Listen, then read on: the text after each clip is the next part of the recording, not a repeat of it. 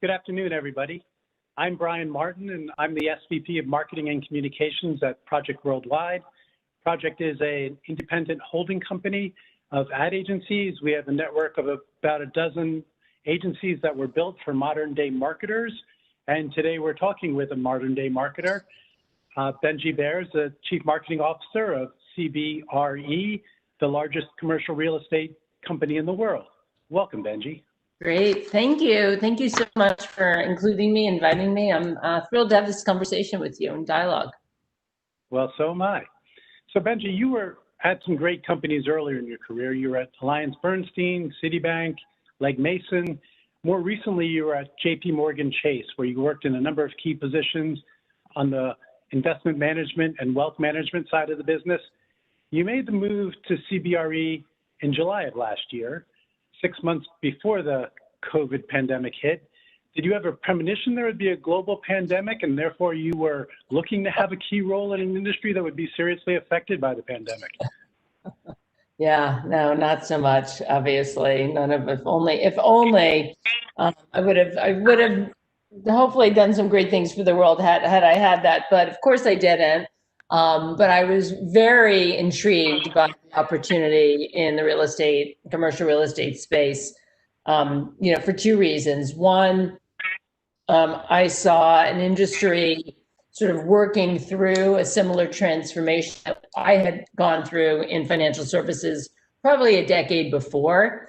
So really could see where they were going and thought I could add value to help accelerate some of those changes. And secondarily, I found real estate, a growing, thriving, and fascinating industry that was somewhat adjacent to what I'd been doing, but yet unlocked a bit from a lot of the compliance and regulation that you see in financial services. So I went for a little bit of, I think, liberation at the same time. Yeah. And so that was a big move for you. I'm sure your team at JP Chase was a much bigger team than what you're dealing with now. I imagine you've got like 500 people on your marketing team.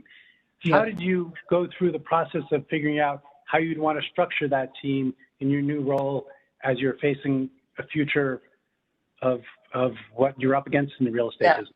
Yeah. Well, I mean, it took obviously quite a bit of learning, because some of the elements of marketing that the firm had made an investment in were wholly different, I would say, from what I was used to. So the two biggest areas were really around what I would call conversion marketing, almost that sales enablement piece, which was really built out and bespoke and custom proposals and operations was new for me and somewhat unique in terms of the depth, as well as property marketing. But how did I approach it is I really did basically a world tour. The firm has 500 plus offices around the globe. And I spent a lot of my July and August and September visiting as many offices as I could, getting to know the people, getting to know the business first and foremost, because there was a different vernacular and it was a different dynamic. And then getting to know the talent and understanding where there were gaps and where there were opportunities. And I would say within 60 days, I had outlined what that new program was going to look like and what that new model was going to look like. And we've been delivering against it ever since then. Did you have any surprises in those early days, things you didn't expect to be happening or doing? Yeah. Look, I think both myself and CBRE had done very sufficient due diligence on each other before we joined. And that was both, knowing what I was about, knowing what they were about, but understanding the platform and the people. So there wasn't anything that totally struck me out of left field.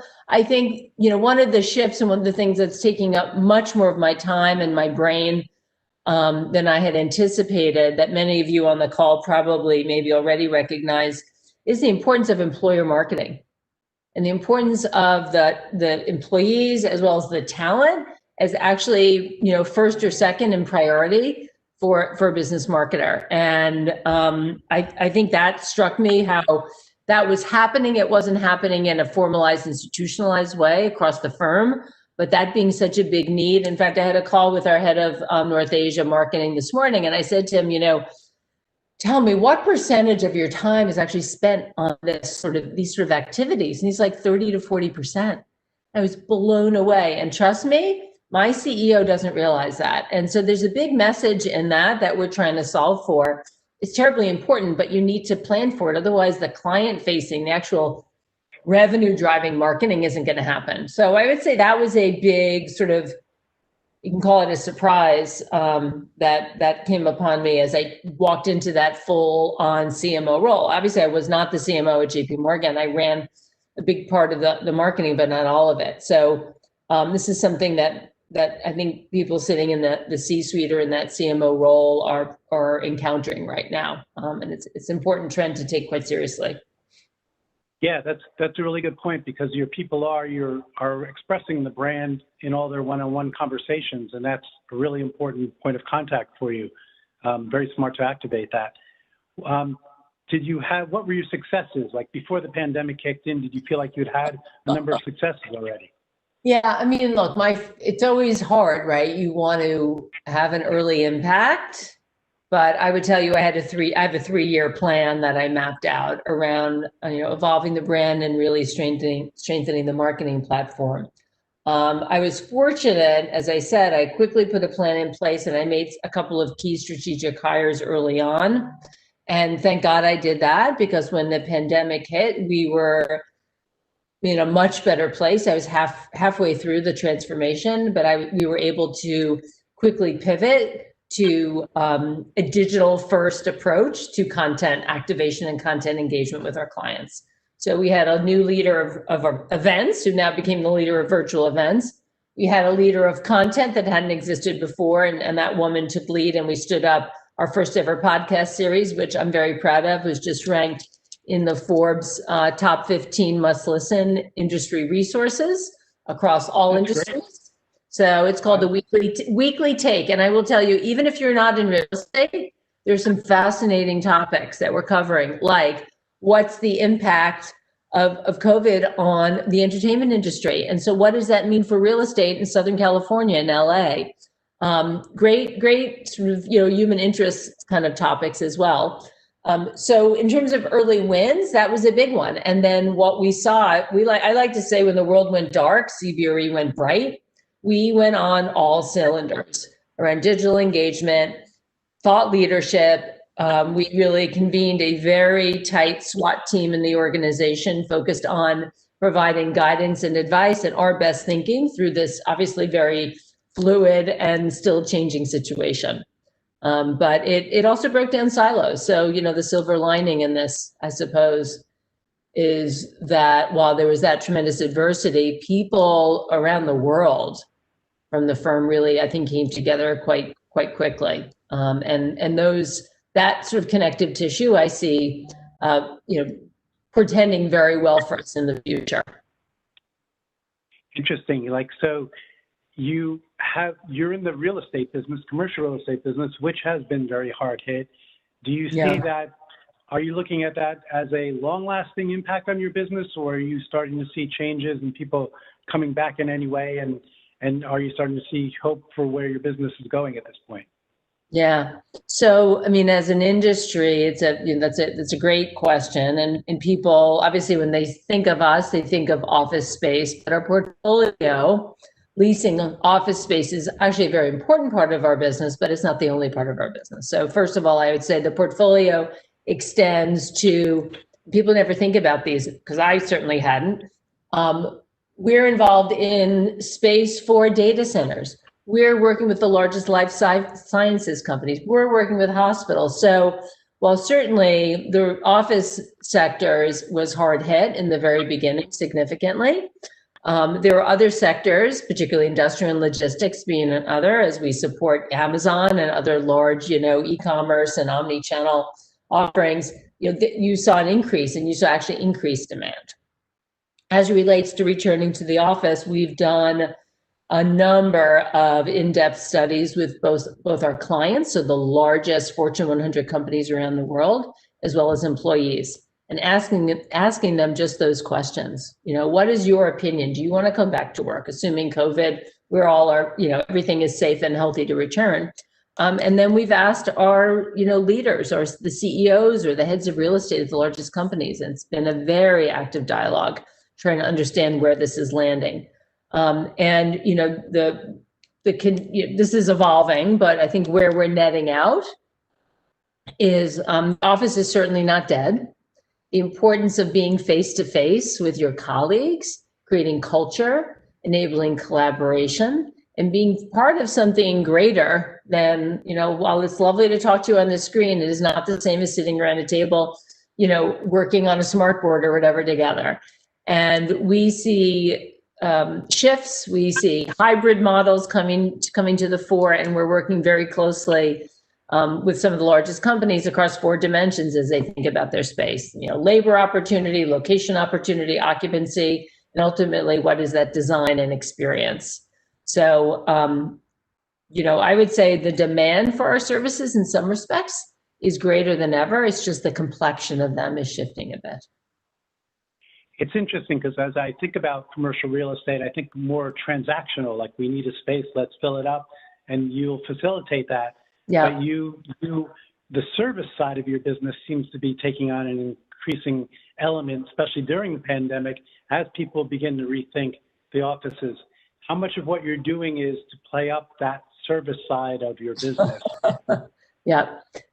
So I would say even prior to the pandemic, this idea of advisory and even wrapped in the transaction, and I work very closely, there's a very famous, one of the first women who really dominated the space, Marianne Ty, and she dominates New York real estate. Some of you may have heard of her. And I've watched her in action, and she, of course, executes on the transaction and some of the largest transactions, Hudson Yard, World Financial Center, World Trade Center. But part of that interaction and that engagement is consultative. It's trying to understand what the client is seeking, right? And there's a lot of complexity. This isn't a one and done. There's a lot of ability to customize solutions and bring a lot of creativity to the table. And then creating that solution on the back end. And some of that may be fit outs, it might be renovations, et cetera, et cetera. So it's always been in our DNA. I would say, Brian, what we're doing more, though, as you said, is we're leaning more into this idea of really being a solutions provider and being a partner with our clients and bringing, as you said in the opening, we are the largest real estate solutions provider in the world. We have so many capabilities. I think one of the things that stands in our way sometimes is even having our client-facing professionals understand the breadth and depth. So one of my roles and one of my key mandates is to help simplify the offering and create it in a way that's much more accessible and understandable to our clients and to our own sales and sales professionals, so they can really deliver the firm to those clients. So in answer to your question, it's a huge part of our mindset, and we're building out the right people to be able to deliver a much more solutions-oriented and needs-based approach. And again, going back to the earlier comment is why I joined, is because I saw that whole evolution and transformation happening on the financial services side a decade ago, right? None of us go and talk to our broker or financial advisor and say, I want a stock, I want a bond, or I want a mutual fund. You say, I'm trying to save for my retirement. Right. I'm trying to save money for my child's education. So most of our clients have a problem they're seeking to solve. And I will tell you, we can solve all of them, but it's shifting that dialogue that is actually core to how we're thinking about going to market as we move forward. There's the effect of the pandemic on your business, but then there's a longer arching trend of co-working spaces. I know the emergence of WeWork many years ago, and we're just seeing a high number of companies setting up in New York and in other markets to handle spaces like that for entrepreneurs or tend to be smaller companies. Has that had an impact on your business? Is that the business you're in, and is that affecting the way you go to market in any way? Yeah, no, it's another great topic. So we saw that emerging trend, that desire for agility and flexibility, either by smaller size businesses or entrepreneurs. But we also saw it as an interesting complement to some of the largest companies as companies try and think about their long-term commitment to space and trying to anticipate employment needs and labor needs going forward. And so we made a commitment and a pretty significant investment about 3-4 years ago in an offering called Hana. And it's our co-working offering that is like a WeWork, although it's much more premium in nature. And we are now seeing greater demand for that, but it's actually coming from the largest tenants in the world who, again, are trying to think about their real estate portfolio truly as one thinks about an investment portfolio. How much do I want in long-term bonds and how much do I want in short-term bonds? So that I can have flexibility to go in and out depending on the needs of my business at a certain point in time.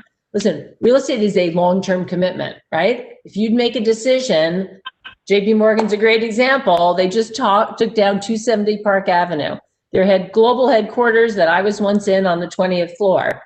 That's a 40 plus story building.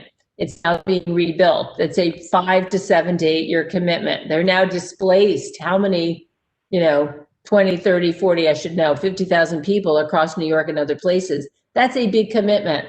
So if you're going to do that, how do you monitor and how do you manage the need for office space on the margin? And we think co-working is a great way to do that, or flexible office space.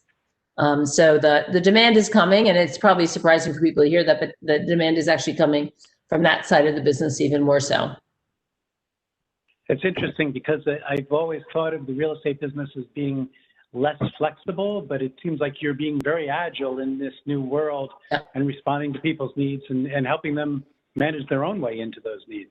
Exactly. And we're even working with landlords and giving them this sort of HANA offering as kind of almost like the hotelification, right? You might hire the Ritz-Carlton if you own a building to run a hotel for you. Well, they might hire CBRE to run their co-working. A portion of their building could be co-working space, either white labeled or under the HANA umbrella. So there are lots of permutations and lots of kind of really interesting innovations taking place as we speak. And interesting, so we're talking a lot about office space, but in every one of your buildings, I'm sure there's retail space as well. And I'm sure that has been hugely affected by the pandemic. I know that you've been working with the Amazons of the world from a logistics perspective. Are you doing much in the retail spaces to help that business come back in any way?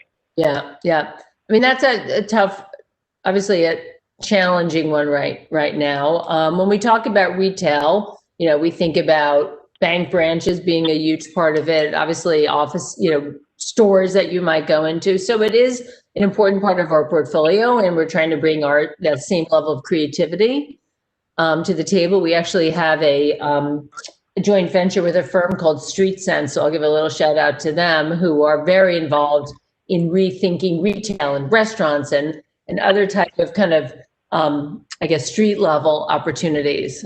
So that is definitely part of the offering and the portfolio as we move forward. So I want to go back a little bit to your team. I know that you said that you've traveled the world meeting all of your people in different markets. Yep. Are you in any way a centralized organization, or it seems like you're a very decentralized organization? And what are the challenges that the pandemic has had on managing something like that? Yeah. So I think you asked me earlier about one of my surprises. So one of the surprises maybe I hadn't fully appreciated when I joined CBRE was the level of kind of decentralization from a marketing standpoint. Central was really small. I showed up in New York and it was kind of me and a couple of people. I'm like, wow, like this is different. And so I'm working to probably over-index from where the firm is used to in terms of a central or global sort of mindset. And the benefits of that are scale and leverage, which hopefully that feels good to our CEO because that's, would drive cost savings, but it's also a better customer experience. So if we can create a more consistent and elevated CBRE experience by having consistency at a global level, that should be a good thing for everyone, right? At the same time, every market is different and real estate is local in many ways. And it's really important that we have the right connection points and drive greater communication with all of those marketers that are sitting in those probably 500 offices, in this case is excessive, But I would say, we have at least 25, if not more, marketing people or teams in 25 different markets in Europe. In the US, we have at least 12 to 14.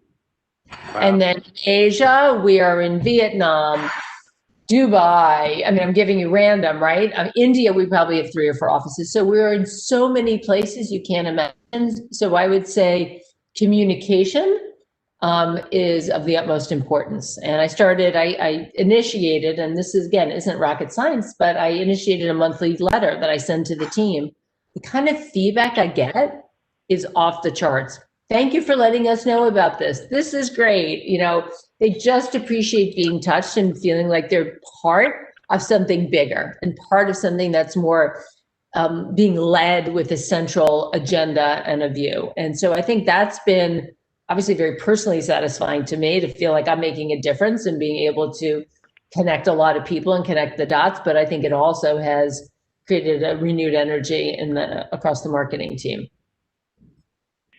I know that people can submit questions. I'm not seeing any in the chat box, but if you have questions at home, please go ahead and send it to us in a chat, and I'll be happy to ask Benji your questions.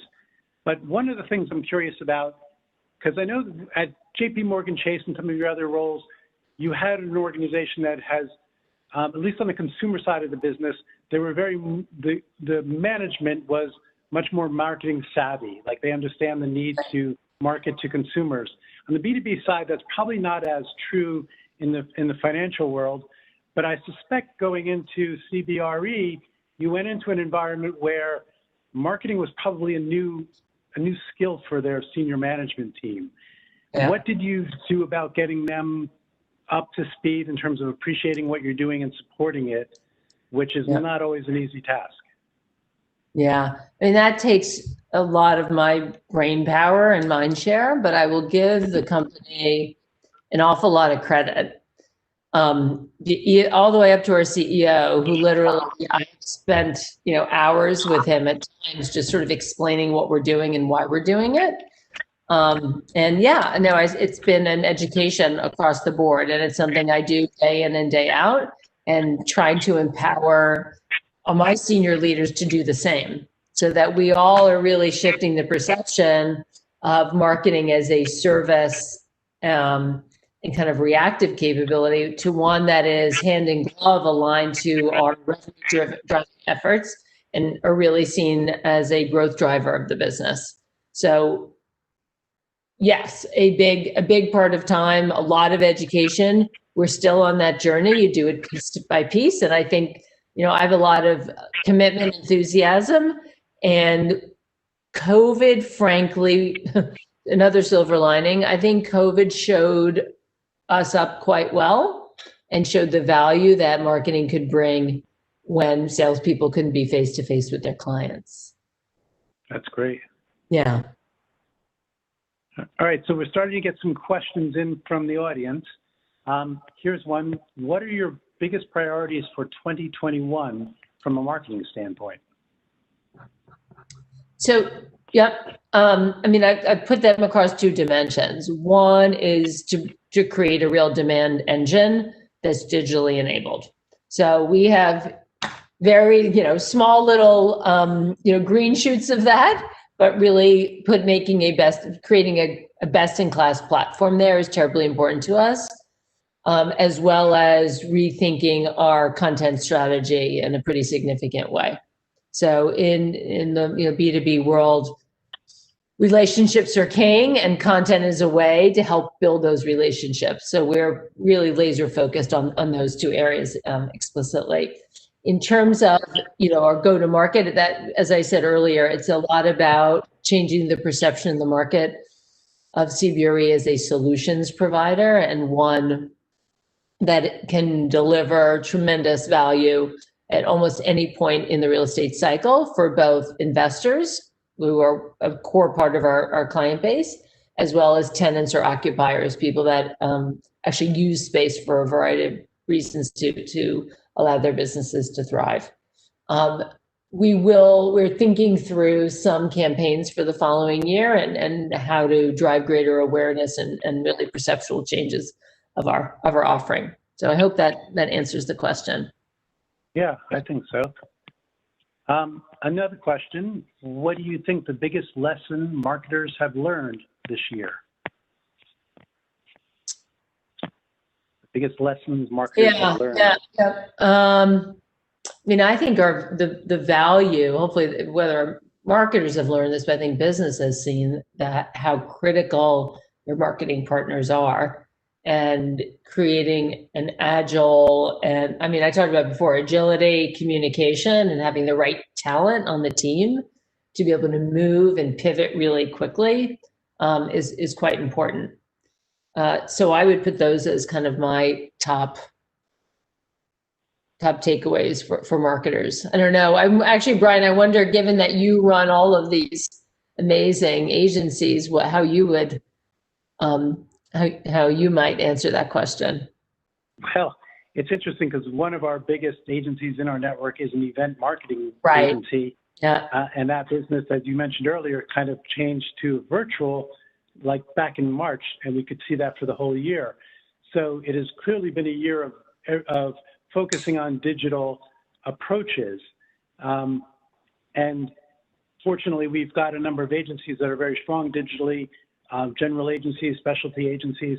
And so we've done well as a network, despite the fact that our biggest holding had a significant drop off. So that's good. I'm curious about how you selected your partners, because you know, there's a centralized approach where you may say, like, let's go with a large holding company and then pick the ones that's right in each region. Or are you let's find the best of breed? And is that a global best of breed, or are you finding regional markets because you're so diverse? Yeah, that's again, early on, that was a key focus for me, was to really suss out best of breed. But before even doing that, you need to really be clear with yourself around what you need and what you're trying to achieve, and then identify the best of breed. And I will tell you, you know, we have four to five key agencies that are supporting us globally in different aspects of our business or our marketing needs. And they've all killed it in a really positive way. I couldn't be happier. You know, and I also always say you're only as good as the people managing the agencies. And so we've really been intentional around bringing them together, making sure we're very thoughtful that there's open communication, and really establishing up front kind of a no bullshit, straight, excuse me if I could say that, like open dialogue, and being able to criticize each other and give feedback to each other through the process. Because a lot of the work that each of the agencies are doing, there's a high level of interdependency. So if you don't like the design and it's going to go to the digital agency, like, it's all going to be bad. So like, people really had to work truly as a team, and we created an interagency team under the CBRE banner, but the agencies themselves are all from different organizations for the most part. Interesting. Had your agencies worked together in prior lives on different brands at all? Yeah, the media agency and the creative agency had, but other than that, I don't think so. I had worked with one or two of them before, so I had experience, but I would tell you, we did a very detailed due diligence process. No one was hired sight unseen, or just because I had worked with them before. We had very specific proposals, and we had a slate of at least 5 competing agencies for every decision. And look, at the end of the day, some of it's the work, I will give you guys, whoever's, you know, if there are agencies on the call, show you want the business, come prepared, read the brief. I mean, these are basic things, but I will tell you, I was shocked at some of the quote performances that came across. Some were excellent, but some were really not prepared for the pitch. And wow, that's an easy decision to pass on. And then we had others with the decisions were much harder to make, frankly. I'm curious, kind of in the influence of purpose in brands in today's world. And, you know, Jamie Dimon at JP Morgan Chase was a big advocate of purpose, bringing purpose into it. And I know that the world, he's part of an organization that said purpose should be a better part. It shouldn't just be shareholder value anymore. It should be stakeholder value, which includes a lot more purpose-oriented relationships. Yeah. How much are you bringing that into your brand building work? Yeah, I mean, I think that's quite core for us. So Bob Selenick, our CEO, is part of the Business Roundtable as well as Jamie. In fact, I think we're one of the only real estate companies that are part of that. And so Bob is very supportive of that same mindset. And so when we think about our stakeholders, the aperture of who we're targeting or we're talking to or caring about is quite large. And that type of thinking and that approach is very much embedded in our business and in our marketing as we move forward. Absolutely. And so when that purpose statement came out, I think it was, I want to say August of 2019, that was something that was shared throughout the organization and something that we refer back to quite often. And we believe wholeheartedly around. Yeah, no, I'm an advocate of that as well. And it's good to see companies really embracing that now. Another question from the audience. On the commercial side, what happens if occupancy doesn't return to pre-pandemic levels? Specifically, what do you think happens to that space, and who are you looking at for potential future occupancy or new ways to monetize that space? Yeah. Listen, I can't give you the exact answer, but the topic of, I'll call it adaptive reuse, is not new to this world, right? We've gone through cycles, nothing quite as dramatic as this, but where certain industries are, diminishing and other industries are becoming more important. So the topic of, reusing space and putting it to use in different ways, whether it's mixed use, whether it's senior housing, whether it's, there's so many multifamily, there are many different equations being talked about and being looked at depending on the location in question. But that agility, that creativity, that innovation that I think people don't necessarily understand sits at the underbelly of the commercial real estate business is very alive and thriving, certainly at CBRE, and I'm sure at some of our competing companies. And how challenging is it building brand when you're dealing with something that's an opaque asset class like real estate? And you probably brought a lot of that learning from your work at JP Morgan Chase, where it was wealth management and a B2B side of that business. How do you deal with that as you figure out the elements of your brand that you want to focus on? Look, I think everyone on this call, it will nod their head when I say this, but it starts with the customer and what the customer needs and what they value and what's important to them. And so our brand is really built around what they're trying to achieve and how can CBRE meet them in this moment and meet them in the future around that. And our brand, we think will evolve to kind of address that. And so the fact that the fact that data on the asset is not easily accessible, like it might be on a stock exchange, for a stock or a bond, certainly data is a big part of one of our competitive advantages. And we are starting to share that more broadly and think about interesting ways that it can be used for better decision-making, again, for either any of our client types. So we hope that we're going to drive essentially greater transparency in the industry and help people make better decisions to solve whatever their business needs are. And real estate is probably the second largest line item in most companies after their employees and their people. So it is a topic that is sitting very much at the C-suite, and I would say now because of COVID has even been elevated more so. So influencing that audience, thinking about the interdisciplinary way that companies are thinking about space is really important to our brand as well as we think about who we're targeting and the type of themes and topics that we're sharing with them. Interesting. On a personal level, how has the pandemic affected your family? I know you have 3 daughters. I think they're all of working age. And has it brought you closer together? Have your family been remote? Yeah. So I guess it depends on the day, Brian. So I have 3 daughters. They're quite remarkable. My greatest achievement, without a doubt. 2 of them are working. My youngest is applying to college, so that's been interesting. And I feel she's obviously a lot of questions in the air. Listen, we're fortunate to live in a beautiful part of northern Westchester, New York, with lots of land and a home that can accommodate them and their friends, if need be, for extended periods of time. And I think, it's been a unique moment, something none of us would have ever anticipated, obviously, but having family around us, barring the health concerns, has been pretty special and magical. So I do feel fortunate. And one of those things that will certainly be a story, over the years, one that many of us will be referring back to in a uniting moment. Yes, it's been quite a year for everybody. It's been quite a year. And I know you've made a move as well. I see your beautiful backyard outside of leaving.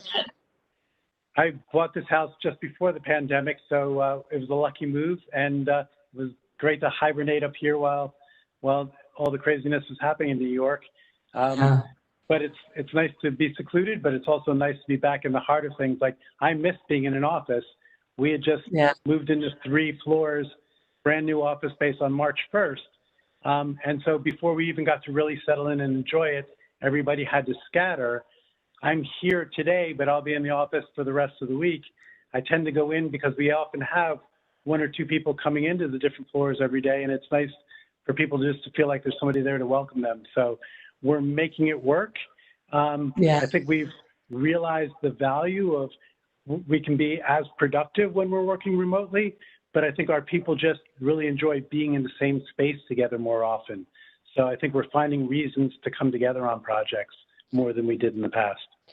Look, there's a huge social aspect that we don't talk a lot about, and obviously we haven't here, but people build lives and relationships in their offices. Some of my closest friends over the years have been people I've met by working side by side with them and closely with them, and building a career from my computer, from my desk at home, over a long period of time I'm not sure I'd be where I am today if that had been the case. So we are ready to come back to a beautiful office as well when safety allows us to do that in full force. Yeah, and I think we've done a good job at staying close with our friends through virtual relationships. But I think that seeing everybody on a daily basis, feeling the ebb and flow of people's lives day in, day out, you miss being in an office space for that. So I think what you're doing is really good. We should be getting people back into an office soon. Maybe not 5 days a week, but I think it's good to have people there when you want them now. Absolutely. Absolutely. I'm not sure how we're doing on time. Do we have any other questions, or have we gone over, or I'm just not sure whether I think we are just perfectly at time. So this was great. Benji, I love, Brian, that you asked about her family, because Benji, you wouldn't be here if it weren't for your daughter. So we love that. You're part of the family at this point, right? So fantastic. We love it, and we think of ourselves, we always position ourselves at Brand Innovators as a community, but maybe we should start calling ourselves a family. I don't know, that's got little mob tones to it, but maybe not. But this is great. Really appreciate it. Again, wonderful discussion. Appreciate you sharing insight with our community and really covering off on your part of the industry. So thank you to Brian. Thank you to Benji. I'll give you the virtual round of applause from the, because you can't hear the audience clapping, but this is great. But Dave, we got to do a shout out to Izzy Baer. You're absolutely right. Yeah, exactly. Right. So again, she's behind the scenes. She's right now making sure everybody looks good, making sure that all the next speakers are prepared. So she's we'll get her on the virtual stage soon enough. Yes. Thank you. Thank you guys. This was great. And we're going to continue rolling with our show.